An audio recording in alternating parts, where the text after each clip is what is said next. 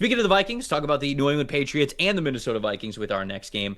New England wins this game 20-12. We got a lot of rookies to talk about in this one. For the Patriots, as the winners of this game, Brandon Crossley, their cornerback, was the top-graded player with a 92.2. Wide receiver Efton Chism III, the training camp preseason darling for this team, 86.8.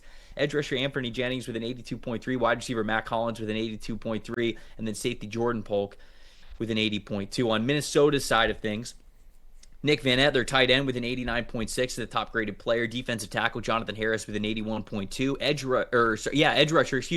rusher defensive lineman Elijah Williams with a 76.2. Offensive tackle Henry Byard with a 75.1. And then linebacker Dorian Mousey with a 73.9. How do we feel about this one? Let's talk about the Patriots. What do you want to talk about here with them? I think if you're a New England fan through 2 weeks of preseason in general, you just feel really good, and you feel really good about this rookie class. You just list off some of the grades that these guys have gotten through 2 weeks. Will Campbell, 86.2. Efton Chism. Look, there's something in the water at Eastern Washington on that red field with these wide receivers. We know this already. We've seen it once with Cooper. They can run some routes, baby. They can run some routes on that red field at Eastern Washington. Efton Chism, 85.6. Travion Henderson, 80.2, plus the kick return for a touchdown last week that doesn't factor into the offensive grading. That's a separate special teams grade. Jared Wilson playing a little bit of center and left guard, 69.5. Even a guy like Braden Swinson off the edge, 67.8. You just feel really good about the early returns on this rookie class so far. We haven't seen a ton of production from Kyle Williams, but the route running has been good. They just got to get him the football. And I think this was the idea, right? You buy veterans on defense to fill that out and have your offense not, being required to do as much. And then you just need some of these young pieces on offense to gel together, right? And I think, the offensive line, I think Will Campbell's looks spectacular, especially in the run game. He brings an element of nasty that this offensive line didn't have last year. Then you're going to have Strange and probably Garrett Bradbury on the inside with Owenu and Morgan Moses on the right side. I think your offensive line looks stable. The weapons, right? You have Stephon Diggs. You feel good about Kyle Williams, Pop Douglas. Now, if Efton Chism is all of a sudden what Patriots fans think is, the next coming of Julian Edelman or whatever, you suddenly look at last year's 2 draft picks at wide receiver and Jalen Polk and Javon Baker, and you go, are they even going to make this team? And if that's the case, and this rookie class is going to be this good, especially on the offensive side, and then Travion Henderson's the star of the show in the backfield right now, you start to feel really good about the direction this New England team is going, just in general, especially offensively. That's really the X factor. I think their defense is going to be really good. I think it could be a top 10 unit in the NFL this year, especially with this new coaching staff. But if these young offensive pieces are going to play well, this feels like the second best team in this division right now. That's just the big X factor, is these kids taking it into the regular season and then Drake May making it all function, as the captain of the show here. I remember day one of the Shrine Bowl. We're watching these players warm up before practice. And I had not watched Efton Chism before this. And I see him out there, and I watch him run one route where it was just sort of like an in-breaking route where he got off the line, and that was just for his air. It wasn't against a defensive player or anything, but he showed a very quick release. He got up to the break point of the route. He gave a little hesitation with his shoulders, and then the way that he put his foot in the ground and changed direction and immediately accelerated, I was like, okay, like, what do we have here? And to be honest, I wish I would have been a little bit higher on him throughout the draft process, because the separation and the route running, that nuance, when you are this good at it, it will play. It translates to the NFL. And I think that we saw that from him. The more that I went back and I watched his tape, the more that I continued to see that at the East-West Shrine Bowl.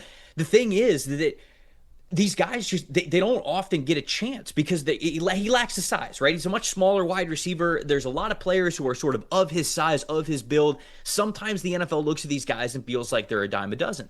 But other times you can find players who can really make a difference because of how good they are as route runners. And I'm telling you, the way that it feels right now, Jalen Polk and Javon Baker do not make this team.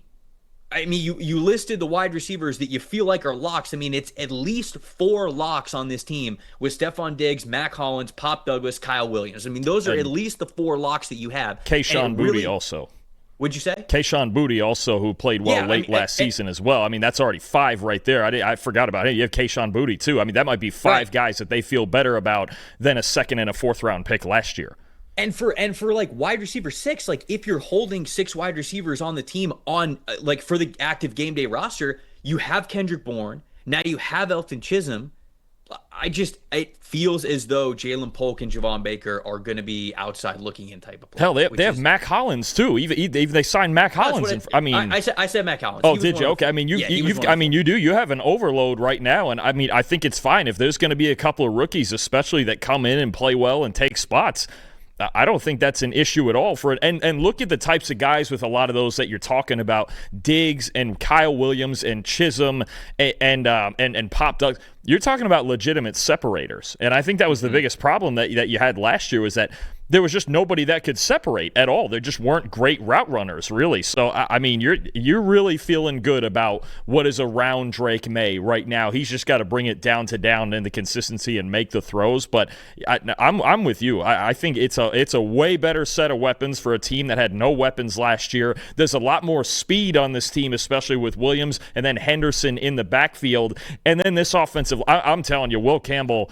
You know, there was a lot of people that questioned would they have taken him over Abdul Carter or should they have taken him 4th overall. From what I've seen so far, I have no issue with Will Campbell starting at that left tackle spot for them. Mm-hmm. Yep, I'm with you. I was firmly a Will Campbell is an offensive tackle to start his NFL career type of guy because I felt as though, you know, and the conversation's interesting with him because I think we talked about him similarly to how we talked about Peter Skoronski, right, when he was coming out of Northwestern. And the interesting point with the Patriots and Will Campbell is that Mike Vrabel was the head coach of the Titans, you know, when they draft Peter Skoronski. And they immediately just had him at guard.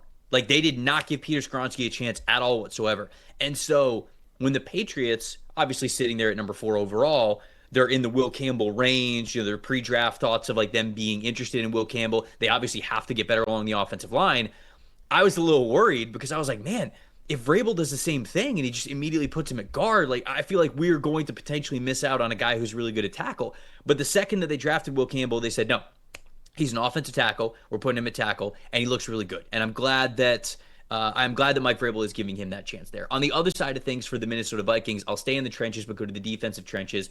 I'll shout out Elijah Williams, their defensive lineman, defensive end, defensive tackle, just a versatile player for them in Brian Flores' defense. He's playing really well. Undrafted free agent from Morgan State. I think certainly Vikings fans know about him. I think some people around the NFL know about him as well. Has the school record for career sacks and tackles for loss. And yeah, when you're playing at a school and getting backfield production, you got to be athletic. You've got to have that sort of pedigree to your game and talent level, but you also got to be smart. You've got to understand things really well. And the thing that I really like about Elijah Williams is he's smart. And I think the PFF grades early on, these first 2 preseason games, they showcase that. 81.4 overall defensive grade through 2 games. That's the highest on the team for players that I think have played more than 10 snaps for them. And so it's great to see that from Elijah Williams, who is an undrafted free agent, making his case to make this team because this is a revamped defensive line, right? Jonathan Allen, Javon Hargrave, Tyrion Ingram-Dawkins from the draft, and now you throw in Elijah Williams as well. Very clearly, they wanted to be better on the defensive interior, especially when they were in their odd fronts as a 2-gapping team. And I feel as though Elijah Williams is exactly that type of player who could play as a 4-eye, 3-4 defensive end, but he can also play as a 3-technique defensive tackle when you go with your even fronts because of how well this guy can control the line of scrimmage, how well he understands the game, you know, walling blockers off, getting to the right spaces, and then picking his timing to get into the backfield and make some plays. He's really showed some good stuff this preseason, and I think that he's a strong candidate to make this team as an undrafted free agent. No, it's a great call. Anywhere they can get an interior pass rush because they're good off the edge with Van Ginkel and Grenard, and we know they're going to blitz a lot. They've got a guy at middle linebacker like Ivan Pace who can blitz also. But I think when you talk about this team having the 5th worst interior pass rush grade in the NFL last year, they've set out to fix it. You mentioned with the veterans first, Hargrave and Allen, but any young kids that they can find to do that as well and rush between the tackles, it only makes their entire defense better. I would say this and last year probably depth in the secondary were their 2 biggest weaknesses, and I think they've really gone out of their way very nicely to fix both of those things this year. Brian Flores is going to have a lot of fun with this unit. Yeah, I'm loading up Elijah Williams' grades last year from Morgan State. Last year, he played the most snaps of any player on their defense. He played over 600 defensive snaps last year at Morgan State, 91.0 overall defensive grade, 85.8 run defense grade, and a 90.2 pass rush grade. So the grades check out for this guy being able to stand out. That's why you guys need a PFF Plus subscription. Come on, you find these draft diamonds in the rough with some of these PFF grades that we like to shout out here. And obviously, you can follow along in the preseason when they're playing well as well.